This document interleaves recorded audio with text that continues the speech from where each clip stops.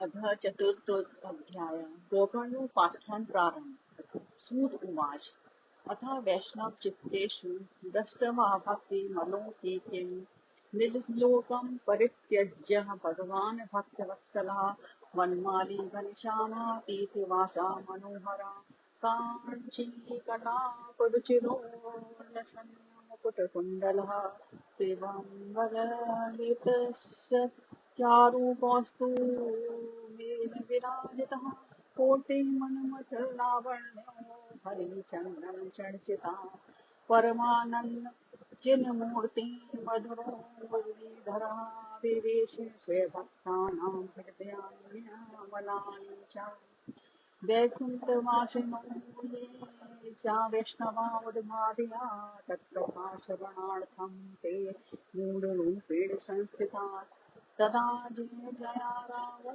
रसपुष्टिर्लोकिकी शूलप्रसूनपृष्टेश्च विभूशङ्कर वो अक्षय। सूत जी कहते हैं, मुनिवर उस समय अपने भक्तों के चित्त में अलौकिक भक्ति का प्रादुर्भाव हुआ। देख भक्त वत्सल श्री भगवान अपना धाम छोड़कर वहां पधारे। उनके गले में वनमाला शोभा पा रही थी। सिंह सजल जलधर के समान श्याम वर्ण था। उस पर मनोहर पीताम्बर सुशोभित था। कटी प्रदेश गर्दनी की लड़ियों से सुसज्जित था। सिर पर मुकुट की लटक और कानों में कुंडलों की झलक देखते ही बनती थी। वह पिलवंगल ललित भाव से खड़े हुए चित्त को चुराए लेते थे। वक्षस्थल पर कौस्तुभ मणि दमक रही थी। सारा श्रीअंग हरिचंदन से चर्चित था। उस रूप की शोभा क्या कहें। उसने तो मानो करोड़ों कामदेवों की रूप माधुरी छीन ली थी। वह परमानंद चिन्मूर्ति मधुराति मधुर मुरलीधर ऐसी अनुपम छवि से अपने भक्तों के निर्मल चित्तों में हावी मूर्त हुए। भगवान के नित्य लोक निवासी लीला परिकर उद्धवादी वहां गुप्त रूप से उस कथा को सुनने के लिए आए हुए थे। प्रभु के प्रकट होते ही चारों ओर जय हो की ध्वनि होने लगी। उस समय भक्ति रस का अद्भुत प्रवाह चला। बार बार अबीर गुलाल और पुष्पों की वर्षा तथा शंख ध्वनि होने लगी। तत्त सभा संस्कृतानां जागेहात्मः विस्मतिः दृष्ट्वा चात्यन्मेयावस्थां नारदो वाक्यं ब्रवीत् आलौकिकोऽयं महिमा मुनीश्वरासक्तः जन्यो विलोकितो मया मूढासटाये पशुपक्षिणोऽत्र सर्वे अपि निष्पापतमः भवन्ति यतो नरलोके नमो नास्ति किंचिच्च तस्य सुधाये खलो पवित्रम् विध्वंसकरः तथैव तथा समानं भुवि नास्ति चान्यत् के विशुद्ध्यन्ति वदन्तु मह्यां सप्ताहार्जेन तथा मे कृपालु हि लोकहितं विचार्य प्रकाशिता कोऽपि नवीन मार्गः। कुमारा ऊचु ये मानवः पापकृतस्तु सर्वदा सदा दुराचाररतः विमागर्गः मूढाग्निदग्धः कुटिलाष्टकामिनः सप्तज्ञेन कलो मुनन्ति ते। उस सभा में जो लोग बैठे थे उन्हें अपने देह एवं आत्मा की भी कोई सुधि न रही। उनकी ऐसी तन्मयता देखकर नारद जी कहने लगे, हमने क्षणगण आज सप्ताह श्रवण की मैंने बड़ी ही अलौकिक महिमा देखी।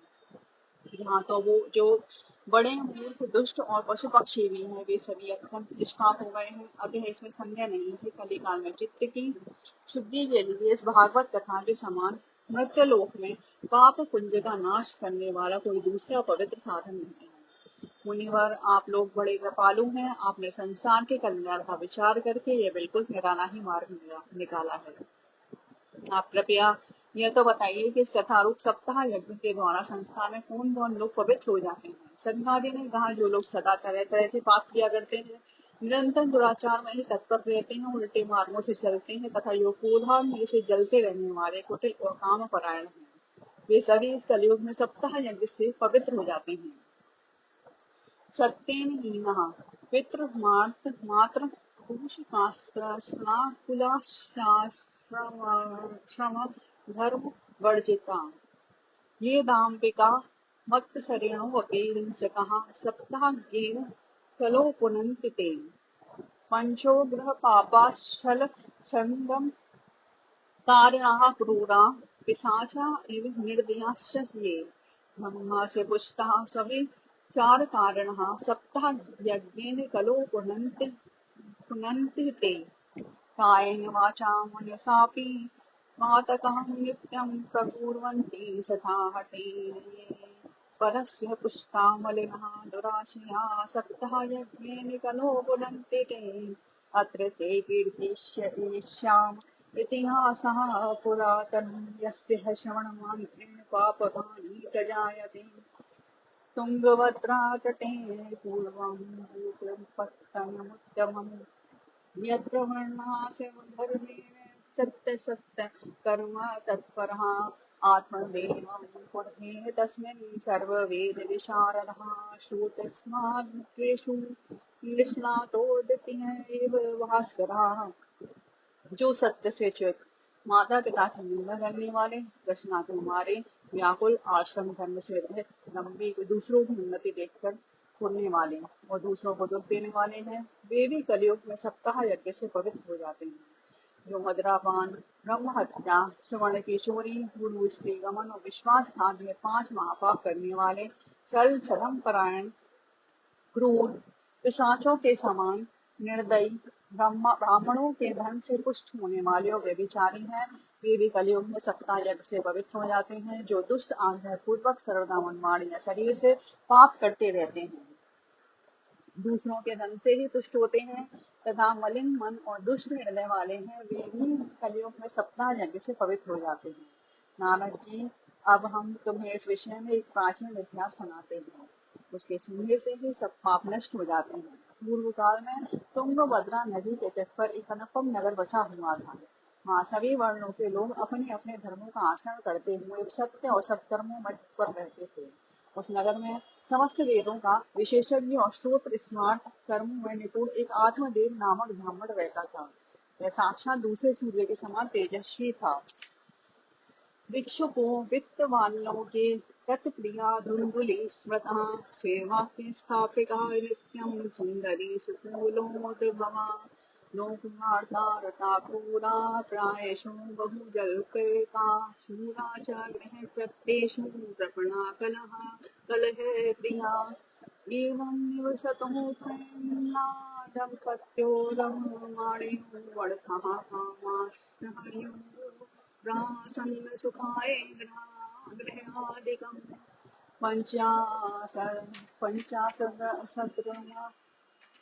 पञ्चाशत्मा संसारभ्रास्ताभ्यां सन्तानहेतुमे भूमिर्निवासासि दीनेभ्यो यच्छता सदा धनाधं धर्ममार्गेण ताभ्यां नीतं तथापि च न पुत्रो नापि च पुत्री ततश्चिन्तातुरो वृषम् एकदा साधुजो दुःखाद् गृहं त्यक्त्वा वनं गतः मध्याह्ने प्रसुतो जातस्तद्भागं समुपेयान् पित्वा जलं निषण्णस्तुः प्रजा दुःखेन कर्षतः मोदादपि तत्रैव सन्न्यासि कश्चिदानतः दष्ट्वापीत जलं तं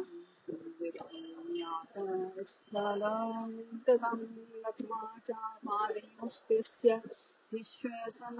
निःश्वसना संस्कृता पुरः वे धनी होने पर भी भिक्षाजीवी था उसकी प्यारी पत्नी धुंधुली कुलीन एवं सुंदरी होने पर भी सदा अपनी बात पर अड़ी जाने वाली थी उनसे लोगों की बात करने में सुख मिलता था स्वभाव था क्रूर प्राय कुछ न कुछ बकवास करती रहती थी कार्य में निपुण थी कृपण थी और थी झगड़ालू भी इस प्रकार ब्राह्मण दंपत्ति प्रेम से अपने घर में रहते और व्यवहार करते थे उनके पास अर्थ और भोग विलास की सामग्री बहुत थी घर द्वार भी सुंदर थे परंतु उससे उन्हें सुख नहीं था जब अवस्था बहुत ढल गई तब उन्होंने संतान के लिए तरह तरह के पुण्य कर्म आरंभ किए और वे 3 दुखियों को गौ पृथ्वी सुवर्ण और वस्त्रादि दान करने लगे इस प्रकार धर्म मार्ग में उन्होंने अपना आधा धन समाप्त कर दिया, तो अभी उन्हें पुत्र या पुत्री किसी का भी मुख देखने को न मिला।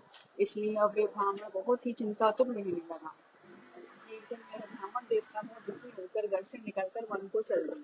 दोपहर के समय उसे प्यास लगी, इसलिए वह तालाब पर आया। संतान के अभाव के दुख ने उसके शरीर को बहुत सुखा दिया था, इसलिए थक जाने के कारण जल पीकर वह वहीं बैठ गया। 2 घड़ी बीतने पर वहां एक सन्यासी महात्मा आए। जब ब्राह्मण देवता ने देखा कि वे जल पी चुके हैं, तब वे उनके पास गया और चरणों में नमस्कार करने के बाद सामने खड़े होकर लंबी लंबी सांसें लेने लगा। यति रोमांच। कथं मोदिषि विप्र त्वं काते चिन्तावलीयसि वद त्वं सत्वरं विनीयां सस्य दुःखस्य कारणम्। ब्राह्मण उवाच किं ब्रवीमि ऋषे दुःखम् पूर्वपापेन सञ्चितं मदीयां पूर्वजातस्त्वं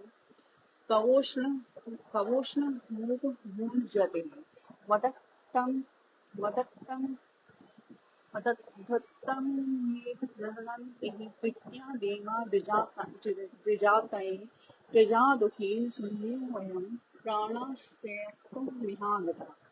दिग्जीवितं प्रजाहीनं दिग्विग्रहं च प्रजां विना दिग्बन्धनमुचानिपतस्य दिक्खुनं सन्ततिहीना पाल्यते या मया धेनुं सा वन्द्या सर्वथा भवेत् यो मया रोपितो वृक्षः सोऽपि बन्धे अथवा स्वेत् यत्फलं मदृगृह्यायात् तच्छशीर्घं विनश्यति निर्भाग्यस्यायानपत्यस्य किमतो जीवितेन मे। सन्यासी ने पूछा, ओ ब्राह्मण देवता भूखे क्यों हुए? ऐसी तुम्हें क्या भारी चिंता है? तुम जल्दी ही मुझे अपने दुख का कारण बताओ। ब्राह्मण ने कहा, महाराज, मैं अपने पूर्व जन्म के पापों से संचित दुख का क्या वर्णन करूं। अब मेरे पिता मेरे द्वारा दी हुई जलांजलि के जल को अपनी चिंताजनक सांस से कुछ गर्म करके पीते हैं। देवता और ब्राह्मण मेरा दिया हुआ प्रसन्न मन से स्वीकार नहीं करते। संतान के लिए मैं इतना दुखी हो गया हूँ कि मुझे सब सुनना ही सुनना दिखाई देता है। मैं प्राण त्यागने के लिए यहाँ आया हूँ। संतानहीन जीवन को धिक्कार है, संतानहीन भय को धिक्कार है, संतानहीन धन को धिक्कार है और संतानहीन कुल को धिक्कार है। मैं जिस गाय को पालता हूँ वह भी सर्वथा बाँझ हो जाती है। जो पेड़ लगाता हूँ उस पर भी फल फूल नहीं लगते। मेरे घर में जो फल आता है वह भी बहुत जल्दी सड़ जाता है। जब मैं ऐसा अभागा और पुत्रहीन हूँ तब फिर इस जीवन को ही रखकर मुझे क्या करना है।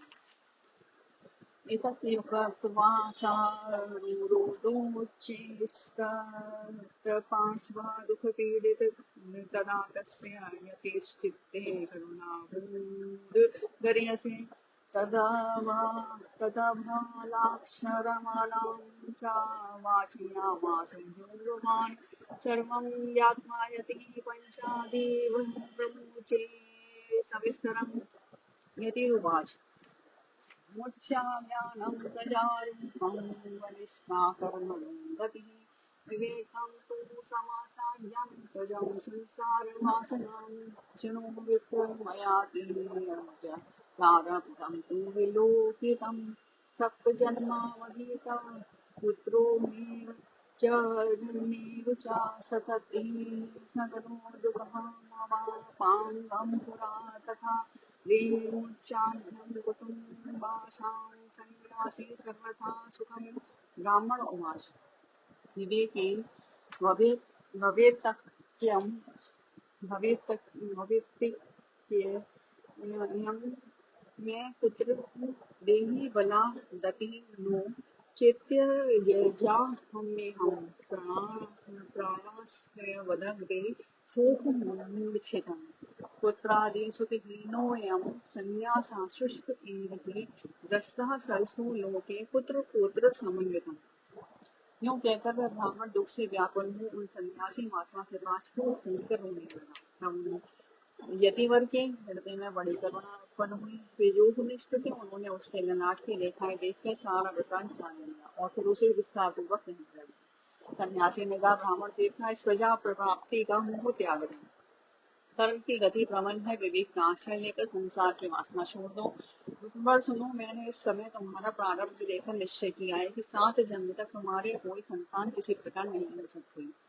पूर्व काल में राजा सगद एवं अंग को संतान के कारण दुख भोगना पड़ा था। ब्राह्मण, अब तुम कुटुंब की आशा छोड़ दो, संन्यास में सब प्रकार का सुख है। ब्राह्मण ने कहा, महात्मा जी, देश से मेरा क्या होगा, मुझे तो बलपूर्वक पुत्र दीजिए, नहीं तो मैं आपके सामने ही शोक मूर्छित होकर अपने प्राण त्यागता हूँ। जिसमें पुत्र स्त्री आदि का सुख नहीं है, ऐसा संन्यास तो सर्वथा निरस ही है। लोक में सरस तो पुत्र पुत्रादि से भरा पूरा दशाश्रम ही है। इति विप्रा गृहं दृष्ट्वा प्राब्रवीत् स तपोधना चित्रकेतु वर्तं कष्टः विधिलेख विमार्जनात् नान्यास्यसि सुखं पुत्रान् यथा देवहतो विद्यम् हतोऽठेनयुक्तोऽसि आर्थिनं किं वदाम्यहं तस्याग्रहं समालोक्यं फलमेकं सा दत्तवान् इदं वक्ष्ये पत्न्याः तं ततः पुत्रो भविष्यति सत्यं शोचं प्रयादानमेकभक्तं भोजनं वर्षावधि स्त्रिया कारयतेन पुत्रोऽवति निर्मलम् एवमुक्त्वा ययो योगी विप्रस्तुं गृहमागतः पत्न्याः प्राणो फलं दत्त्वा स्वयं जातस्तु पुत्रश्चित् तरुणे कुटिला तस्य सख्यगृहे च रुरोधः अहो चिन्ता ममोत्पन्ना फलं चाहं न वक्ष्ये फलभक्षेण गर्भः स्याद् गर्भेणोदरवृत्तिता स्वल्पपक्षं ततो शक्तिः गृहकार्य कथं भवेत्। ब्राह्मण का ऐसे आग्रह देखकर उन तपोधन ने कहा, विधाता के लेख को मिटाने का हठ करने से राजा चित्रकेतु को बड़ा कष्ट उठाना पड़ा था। इसलिए देव जिसके उद्योग को कुचल देता है, उस पुरुष के समान तुम्हें भी पुत्र से सुख नहीं मिल सकेगा। तुमने तो बड़ा हठ पकड़ रखा है और अर्थी के रूप में तुम मेरे सामने उपस्थित हो। ऐसी दशा में मैं तुमसे क्या कहूँ। जब महात्मा जी ने देखा कि यह किसी प्रकार अपना आग्रह नहीं छोड़ता, तब उन्होंने उसे एक फल देकर कहा, इसे तुम अपनी पत्नी को खिला देना, इससे उसके एक पुत्र होगा। तुम्हारी स्त्री को 1 साल तक सत्य शौच दया दान एक समय एक ही अन्न खाने का नियम रखना चाहिए। यदि वह ऐसा करेगी तो बालक बहुत शुद्ध स्वभाव वाला होगा। यूँ कहकर वह योगी रस चले गए और ब्राह्मण अपने घर लौट आया। वहां आकर उसने वह फल अपनी स्त्री के हाथ में दे दिया और स्वयं कहीं चला गया। उसकी स्त्री तो कुटिल स्वभाव की ही थी। वह रो रो कर अपनी एक सखी से कहने लगी, सखी, मुझे तो बड़ी चिंता हो गई, मैं तो यह फल नहीं खाऊंगी। फल खाने से गर्भ रहेगा और गर्भ से पेट बढ़ जाएगा, फिर कुछ खाया पिया जाएगा नहीं, इससे मेरी शक्ति क्षीण हो जाएगी। तो बता, घर का धंधा कैसे होगा। देवादघाटी व्रजेद ग्रामे पलायेद गर्भिणी कथं सुखवन्नवसेद गर्भस्थं कुक्षे कथमुत्र सजेद दिव्यक्चिरागतो गर्भस्तदा मे रमणमरणं भवेत् वसुतो दारुणं दुःखं सुकुमारी कथं सहे मन्दायां मयि सर्वस्वं ननान्दा सेवितदां सत्यशोचादि नियमो दुराराध्याः वृषा दृश्यते लालने पालने दुःखं प्रसूतायाश्च वर्तते वन्द्या वा विधवा नारी सुखिनी चेति मे मतिः कृतयोगेन तत्फलम् एव भक्षितं भक्त्या पृष्टं फलं भुक्तं चेति तैरितम् एकदा बह्वीतस्यास्तद्गृहं स्वेच्छया गता तदग्रे कथितं सर्वचैतेयं मयि मे दुर्बलातिर्दुःखेन न्यायानुजे करवाणि कर्मि चाप्रवीमं गर्भोऽस्ति तां दास्यामि प्रसूतिता तावत् कालं सगर्भा तिष्ठगृहे सुखं पित्तं तं मत्तपतेन च सते दास्यति बालकं। और देववश यदि कहीं गांव में डाकुओं का आक्रमण हो गया तो गर्भिणी स्त्री कैसे भागेगी। यदि सुखदेव जी की तरह यह गर्भ भी पेट में ही रह गया तो इसे बाहर कैसे निकाला जाएगा। और कहीं प्रसव काल के समय में पीड़ा हो गया तो फिर प्राणों से ही हाथ धोना पड़ेगा। यूं भी प्रसव के समय बड़ी भयंकर पीड़ा होती है, मैं सुकुमारी भला यह सब कैसे सह सकूंगी। मैं जब दुर्बल पड़ जाऊंगी तब ननद रानी आकर घर का सब माल मत्ता समेट ले जाएंगे। मुझसे तो सत्य सोचारी नियमों का पालन होना भी कठिन ही जान पड़ता है। जो स्त्री बच्चा जानती है उससे उस बच्चे के लालन पालन में ही बड़ा कष्ट होता है। मेरे विचार से तो जो स्त्री बच्चा जनती है उसे उस बच्चे के लालन पालन में ही बड़ा कष्ट होता है। मेरे विचार से तो बंध्या या विधवा स्त्रियां ही सुखी हैं। मन में ऐसे ही तरह तरह के कुतर्क उठने से उसने वह फल नहीं खाया, और जब उसके पति ने पूछा फल खा लिया, तब उसने कह दिया हाँ खा लिया। एक दिन उसकी बहन अपने आप ही उसके घर आई। तब उसने अपनी बहन को सारा वृतांत सुनाकर कहा कि मेरे मन में इसकी बड़ी चिंता है, मैं उस दुख के कारण दिनों दिन दुखी हो रही हूँ। बहन मैं क्या करूँ। बहन ने कहा मेरे पेट में बच्चा है, प्रसव होने पर यह बालक मैं तुम्हें दे दूंगी, तब तक तू गर्भवती के समान घर में गुप्त रूप से सुख से तू मेरे पति को कुछ धन दे देगी तो वे मुझे तुझे अपना बालक दे देंगे। साण्यमासिको मृतं बालईतेन वदिष्यति तं बालं पोषयिष्यामि नित्यमागात्य ते गृहे फलमापद्येन्मे त्वं परीक्षार्थं तु साम्प्रतं तत्तदा चरिता सर्वं तदेव भावतः। अथ काले सा नारी प्रसूता बालकं तदा आनीय जनको बालं रहस्ये दुन्दुभीं ददौ तया च कथितं भर्त्रे प्रसूतः सुखं लोकस्य सुखमुत्पन्नमात्मदेव प्रचोदयात् ददौ तानं द्विजातेभ्यो जातकर्म विधाय च गीतमादित्य घोषो अभूत् द्वारे मङ्गलं बहु भर्तुर्गृहे अव्रवीत्राख्यानं स्तन्यं नास्ति कुचेमं अन्यस्तन्येन निर्दुग्धा कथं पुष्णामि बालकं मतस्वसुष्यः प्रसूतायामृतो बालस्तु वर्तते तामाकार्यगृहे रक्षसा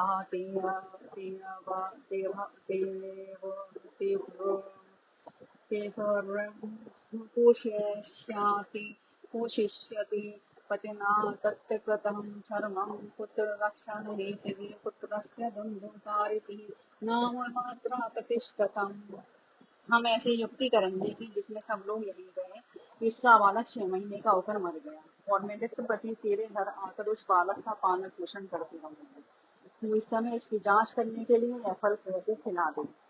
ब्राह्मण ने स्त्री स्वभाववश जो जो उसकी बहन ने कहा था वैसे ही सब किया। इसके पश्चात समयानुसार जब उस स्त्री के पुत्र हुआ तब उसके पिता ने चुपचाप लाकर उसे धुंधुली को दे दिया और उसने आत्मदेव को सूचना दे दी कि मेरे सुखपूर्व बालक हो गया है। इस प्रकार आत्मदेव के पुत्र हुआ सुनकर सब लोगों को बड़ा आनंद हुआ। ब्राह्मण ने उसका जातकर्म संस्कार करके ब्राह्मणों को दान दिया। उसके द्वार पर गाना बजाना तथा अनेक प्रकार के मांगलिक कृत्य होने लगे। धुंधुली ने अपने पति से कहा मेरे स्तनों में दूध ही नहीं है, फिर गौ आदि किसी अन्य जीव के दूध से मैं इस बालक का किस प्रकार पालन करूंगी।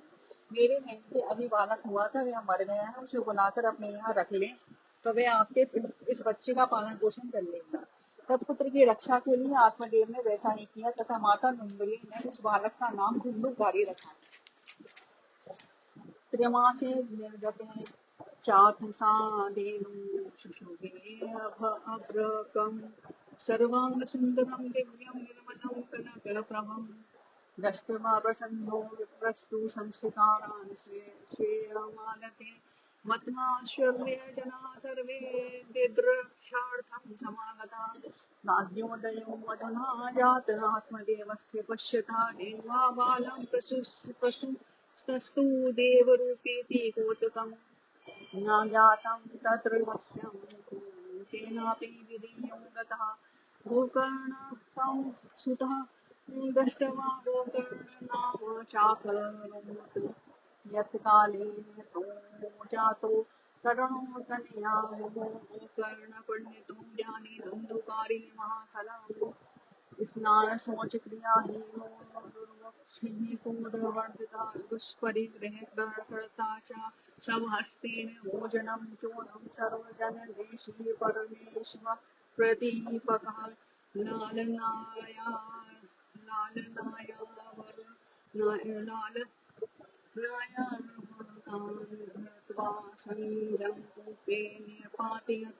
इसके बाद 3 महीने बीतने पर उस गोपी भी एक मनुष्याकार बच्चा हुआ। वह सर्वांग सुंदर दिव्य निर्मल तथा सुवर्ण की सी कांति वाला था। उसे देखकर ब्राह्मण देवताओं को बड़ा आनंद हुआ। उसे स्वयं भी उसके सब संस्कार किए। इस समाचार से और सब लोगों को भी बड़ा आश्चर्य हुआ। वे बालक को देखने के लिए आए तथा आपस में कहने लगे, देखो भाई, अब आत्मदेव का कैसा भाग्य उदय हुआ है। कैसी आश्चर्य की बात है, गोपी भी ऐसा दिव्य रूप बालक उत्पन्न हुआ है। देव योग से इस गुप्त रहस्य का किसी को भी पता न लगा। आत्मदेव ने उस बालक के मौके से काम देखकर उसका नाम गोकर्ण रखा। कुछ काल बीतने पर वे दोनों बालक जवान हो गए। उनमें गोकर्ण तो बड़ा पंडित और ज्ञानी हुआ, किंतु धुंधुकारी बड़ा ही दुष्ट निकला। स्नान शौचारी ब्राह्मणोचित आचारों का उसमें नाम भी ना था और न खान पान का ही कोई परहेज था। क्रोध उसमें बहुत बड़ा चढ़ा था। वह बुरी बुरी वस्तुओं का संग्रह किया करता था। मुंडे के हाथ से चुराया हुआ अन्न भी खा लेता था। दूसरों की चोरी करना और सब लोगों से द्वेष करना, द्वेष बढ़ाना उसका स्वभाव बन गया था। छिपे छिपे वो वह दूसरों के घरों में आग लगा देता था। दूसरों के बालकों को खिलाने के लिए गोद में लेता और उन्हें चट कुएं में डाल देता। हिंसकः शस्त्रधारी चादीना नाना प्रपीडकः चाण्डाला वीरतो नित्यं पाचहस्तं श्रेयसङ्गतः तेन वश्येश्चाकुसङ्गेन पितृहं वित्तः तु नाशितम् एकदा पितरो दाढ्यं पात्राणि स्वेयमाहरतः तत्पिता कृपणः प्रोच्चेन धर्महीनो वन्द्यत्वम् वन्द्यत्वं तु समीचीनं पुत्रो दुःखदायकः क्व तिष्ठामि त्वं गच्छामि को मे दुःखं निरूपयत् प्राणास्तेजामि दुःखेन कष्टं मम संस्कृतं ददानीं तु समागत्य गोकर्णो ज्ञानसहितं मोदयामास जनकं विराज्यं परिदर्शयन् असारः खलु संसारो दुःखरूपी विमोहकाशुधा कस्य धनं कस्य ज्वलति अनिशम् नाचेन्द्रस्य सुखं किञ्चिन्नः सुखं चक्रवर्तिनं सुखमस्य विरक्तस्य मुनिरेकान्तजीविनम्। हिंसा का उसे व्यसन सा हो गया था। हर समय वे अस्त्र शस्त्र धारण किए रहता। वे सारे अंधी और दीन दुखियों को व्यर्थ तंग करता। चांडालों से उसका विशेष प्रेम था। बस हाथ में फंदा लिए कुत्तों की टोली के साथ शिकार की टोली में घूमता रहता। वेश्याओं के जाल में फंसकर उसने अपने पिता की सारी संपत्ति नष्ट कर दी। एक दिन माता पिता को मार पीट कर घर के सब बर्तन भाड़े उठा ले गया। इस प्रकार सब जब सारी संपत्ति स्वाह हो गई तब उसका कृपण पिता फूट फूट कर रोने लगा और बोला, इससे तो इसकी माँ का बाज रहना ही अच्छा था। कुपुत्र तो बड़ा ही दुखदाई होता है। अब मैं कहाँ रहूं, कहाँ जाऊं, मेरे संकट को कौन काटेगा। हाय, मेरे ऊपर तो बड़ी विपत्ति आ पड़ी है। इस दुख के कारण अवश्य मुझे एक दिन प्राण छोड़ने पड़ेंगे। उसी समय परम ज्ञानी गोकर्ण जी वहां आए और उन्होंने पिता को वैराग्य उपदेश करते हुए बहुत समझाया। वे बोले, पिताजी, यह संसार आसान है, यह अत्यंत दुख रूप को मुंह में डालने वाला है। पुत्र किसका, धन किसका, स्नेहवान पुरुष रात दिन दीपक के समान जलता रहता है। सुख ना तो इंद्र को है और न चक्रवर्ती राजा को भी। सुख है तो केवल विरक्त एकांत जीवी मुनि को। मुच्चा ज्ञानम प्रजारूपम तो नरके गतिः निवर्तिष्यति देवयं सर्वं त्यक्त्वा वनं व्रज तदाख्यं तु समाकर्ण्यं गन्तुकामं पिता ब्रवीत् किं कर्तव्यं वनेकात् तत्त्वं वद सविस्तरम् अन्धकूपे स्नेहपाशे बद्धपङ्गुरेण शठम् कर्मणा पतितो नूनं मामुदरं दयानिधि गोकर्णोवाच। देहास्त्यमास रुधिरे अभिमति तज तं जाया सुता विषु सदा ममतां विमुच्यम् पश्यानिशं जगदिदं क्षणभङ्गनिष्ठं वैराग्यरागरसिको भावभक्तिनिष्ठः धर्मभजस्व भजस्व सततं त्यज लोकधर्मान् देशेवस्व साधु पुरुषान् जहि कामतृष्णाम् अन्यस्य दोष गुणचिन्तनमाशु गत्वा सेवागतार समो समोनितराम् यह मेरा पुत्र है, इस अज्ञान को छोड़ दीजिए, उसे नरक की प्राप्ति होती है, शरीर तो नष्ट होगा ही, इसलिए सब कुछ छोड़कर वन में चले जाइए। गोकर्ण के वचन सुनकर आत्मदेव वन में जाने के लिए तैयार हो गया और उनसे कहने लगा, बेटा वन में रहकर मुझे क्या करना चाहिए या मुझे से विस्तार पूर्वक कहो। मैं बड़ा मूर्ख हूँ, अब तक कर्मवश इसलिए पाश में बना हुआ अपन के हाथी घर को अंधेरे कुएं में ही पड़ा रहा हूँ। तुम बड़े दयालु हो, इससे मेरा उद्धार करो। गोकर्ण ने कहा, पिताजी यह शरीर हड्डी मांस और रुधिर का पिंड है, इसे आप में मानना छोड़ दें और स्त्री पुत्र आदि को अपना कभी ना माने। इस संसार को राग दिन क्षणभंगुर देखें, इसकी कभी किसी भी वस्तु को स्थायी समझकर उसमें राग न करें।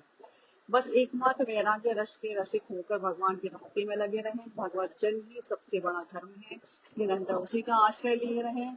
अन्य सब प्रकार के लौकिक धर्मों से मुख मोड़ लें, सदा साधुजनों की सेवा करें, मोहों की लालसा को पास न पटकने दें तथा जल्दी से जल्दी दूसरों में गुण दोषों का विचार करना छोड़कर एकमात्र भगवत सेवा भगवान की कथाओं के रस का ही पान करें। एवं सुतों वसितों अपि गृहातो वनं स्थिरमति गणतः षष्ठवर्षं युक्तो हरेर्मुदिनं परिचर्य आशु श्रीकृष्णमापनियतं दशमस्य पाठात्। इस प्रकार पुत्र की वाणी से प्रभावित होकर आत्मदेव ने घर छोड़ दिया, वन की यात्रा की। यद्यपि उसकी आयु उस समय 60 वर्ष की हो चुकी थी, फिर भी बुद्धि में पूरी दृढ़ता थी। वहां रात दिन भगवान की सेवा पूजा करने से और हम पूरा भागवत के दसम स्कंद का पाठ करने से उसने भगवान श्री कृष्ण चंद्र को प्राप्त कर लिया। श्रीपदम पुराणे इति श्रीपदम पुराणे उत्तरखंडे श्रीमद्भागवत महात्म्ये विप्र मोक्षो नाम चतुर्थ अध्याय।